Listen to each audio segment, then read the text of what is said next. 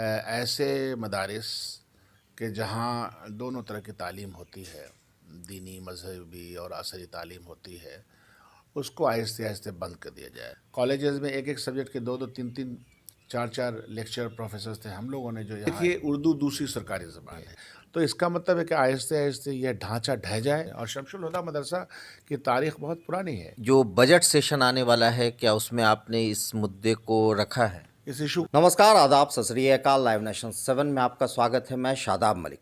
अगर अभी तक आप लोगों ने हमारे चैनल को सब्सक्राइब नहीं किया है तो ज़रूर सब्सक्राइब कर लें। बिहार की शिक्षा व्यवस्था पर लगातार उंगली उठती रही है, चाहे मामला एसटीईटी की बहाली का हो, चाहे मामला शिक्षक नियोजन का हो, और यहाँ तक कि अब मदरसा को लेकर भी सवाल खड़े हो रहे हैं, क्योंकि जिस तरह से शमशुल हुदा मदरसा जो न सिर्फ पटना बल्कि पूरे बिहार में जाना माना मदरसा है, उसके जो जूनियर सेक्शन है उसमें अब कोई शिक्षक नहीं है, और शिक्षक नहीं है तो जाहिर है स्टूडेंट भी नहीं होंगे। और अगर सीनियर सेक्शन की बात करें तो वहाँ 9 शिक्षकों की ज़रूरत है, मगर सिर्फ 3 हैं, वो भी प्रिंसिपल को मिलाकर। इस मुद्दे पर बात करने के लिए हमारे साथ मौजूद हैं कांग्रेस के कद्दावर नेता और विधायक शकील अहमद खान। शकील साहब, आपका लाइव नेशन 7 में स्वागत है। जी शुक्रिया। ये जो मुद्दा है ये काफ़ी अहम है, और जिस तरह के हालात हैं, आपको क्या लगता है कि इसमें क्या सरकार की तरफ से हो रहा है? सरकार की सुस्ती और काहली है। मदरसा शमशुल हुदा जिस तरह से बिहार के कुछ मामार हैं, कुछ सिंबल्स हैं, शमशुल हुदा मदरसा भी एक सिंबल्स की तरह है। पटना यूनिवर्सिटी के सामने है, उसके अंदर हॉस्टल फैसिलिटीज़ है, अभी पहले भी थी।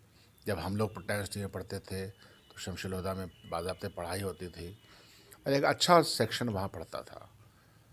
लेकिन ये पैटर्न है, ये इस पैटर्न को समझे बिना आप इस बात को नहीं समझ पाएंगे। ये पैटर्न ये है कि ऐसे मदारिस के जहाँ दोनों तरह की तालीम होती है, दीनी मजहबी और असरी तालीम होती है, उसको आहिस्ते आहिस्ते बंद कर दिया जाए।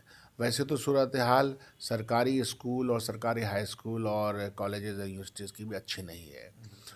ये पैटर्न यूँ है कि शिक्षा की तरफ जो ध्यान गवर्नमेंट का जाना चाहिए था, मैं तो ये मानता हूँ कि जाहिलों की गवर्नमेंट है और जाहिल लोग बैठे हैं जो अपॉइंटमेंट पे बैठे हैं। नंबर ऑफ़ स्कूल की तादाद बिल्डिंग्स की बढ़ गई है, लेकिन नंबर ऑफ़ टीचर्स 1990 के बाद से जो डिक्लाइनिंग है, वो डिक्लाइन होता चला जा रहा है। आप याद कीजिए कि इसी बिहार में, जबकि बजट का आकार इतना बड़ा नहीं होगा शायद, लेकिन हाई स्कूल और मिडिल स्कूल और प्राइमरी स्कूल में अच्छे टीचर, मैं फिर कह रहा अच्छे टीचर की तादाद भी कमी नहीं थी। कॉलेजेस में एक एक सब्जेक्ट के दो दो तीन तीन चार चार लेक्चर प्रोफेसर्स थे। हम लोगों ने जो यहाँ स्कूल और हाई स्कूल और कॉलेज में तालीम अख्तियार की, तो गोया कि मुझे लगता है कि 1990 के बाद से जो भी सरकारें आई हैं, उन सरकारों ने सुस्ती, काहली और नहीं करने के मन ने शिक्षा जगत को इस तरह से कमज़ोर किया। शमशुल हुदा उसका एग्ज़ाम्पल है। मेरी मुलाकात अभी उनके इनसे हुई, मैं बातचीत करता रहता हूँ प्रिंसिपल साहब से। अब उन्होंने कहा कि चूँकि अपॉइंटमेंट वहाँ बीपीएससी से होना है, बीपीएससी के पास जाएगा, बीपीएससी कब नोटिफिकेशन करेगा और अल्टीमेटली सफ़र कौन है? स्टूडेंट्स है बिहार का। तो ये बहुत ख़राब सिचुएशन में बिहार गवर्नमेंट ने अपने एजुकेशन सिस्टम को ला दिया है। मेरी वज़ीर तालीम बिहार से भी बातचीत होती रहती है और मैं कई क्वेश्चंस के हवाले से बात करता हूँ, मिल के भी बात करता हूँ। उनका आश्वासन ये रहता है कि साहब हाई स्कूल के टीचर का अपॉइंटमेंट हो जाएगा या जो भी तरीक़ाकार है। अब आप देखिए, उर्दू दूसरी सरकारी ज़बान है बिहार की।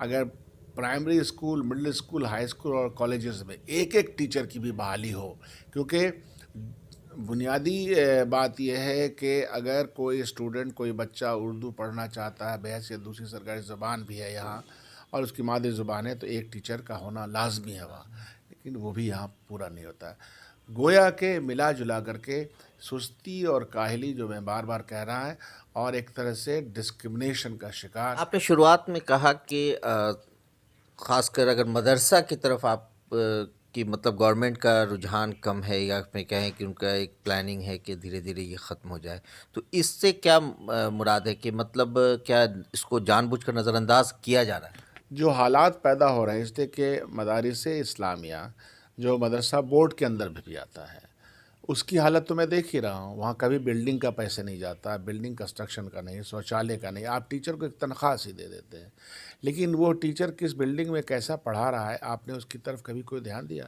उसके इंफ्रास्ट्रक्चर की तरफ कोई ध्यान दिया? वो नहीं है।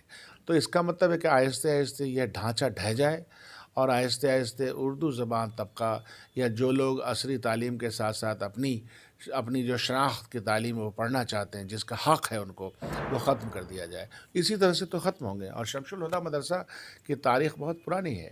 हाँ, 1912 में ये आप सोचिए कि उसका एक फ्रीडम स्ट्रगल के साथ उसका जुड़ाव रहा है। वहाँ एक से एक जय्यद आलिम वहाँ निकले हैं, एक से एक मीटिंग होती रही है। और उस मदरसे के साथ तो इसका मतलब कि आप टॉप को ही किल कीजिए तो और समझ में आ जाएगा लोगों को। तो आपने या कांग्रेस, आप लोग विपक्ष में हैं और कहा जाता है डेमोक्रेसी में विपक्ष का अहम रोल होता है। ऐसे में जो बजट सेशन आने वाला है, क्या उसमें आपने इस मुद्दे को रखा है? इस इशू को तो हमने बहैसियत सवाल के ही रख लिया है और ये उठेगा ज़रूर। होता यूँ है कि उर्दू समाज का दम भरने वाली जो पार्टियां हैं, हमारी पार्टी भी और दीगर पार्टी भी, तो कुछ मामले में उनकी भी सुस्ती और कायली दिखने को मिलती है। मुझे तो खुद अपना तजुर्बा इस बात का है। मैं कोशिश करूंगा कि तमाम एमएलएज़ जो विपक्ष के एमएलएज़ हैं, उसमें उर्दू जानने वाले और ना जानने वाले का मामला नहीं है। सब लोग उम्मीद करता हूँ कि उठाएंगे। जी, बहुत बहुत शुक्रिया।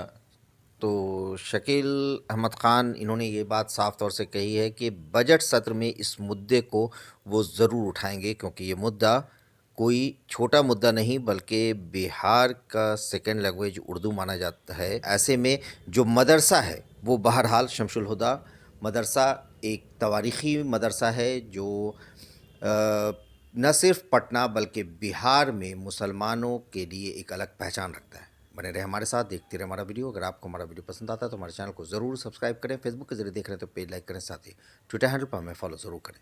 धन्यवाद।